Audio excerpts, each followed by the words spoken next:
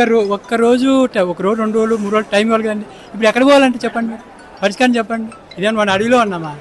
మనుషులే కదా మనం అండి. మేము అది వాళ్ళ చట్టం ప్రకారం వాళ్ళు చేసుకోపోయి మేమే కాదన్నాము. మాకు టైం ఒక మంత్ 15 రోజులు 1 వీక్.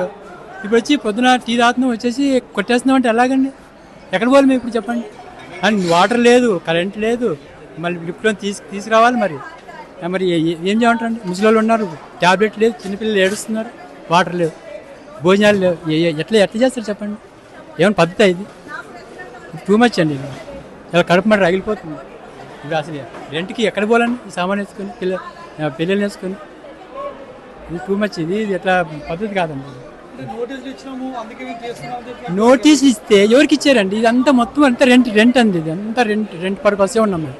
రెంట్ మాకు ఇది ఎక్కడైనా ఇచ్చారండి? ఇస్తే మేము ఇంతమంది కాదంటామా? నోటీస్ ఇంతమంది కాదంటామా? ఫోన్ నోటీస్ ఇచ్చేసి ఒక వారానికి రండి.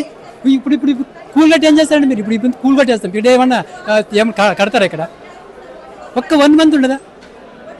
ఇప్పుడు మాకు ఎక్కడ ఇచ్చారు? ఎవరికి ఇచ్చారు? నోటీస్ ఇస్తే ఆ సైన్ ఎవరు ఉందండి? సైన్ ఎవరు చెప్పండి?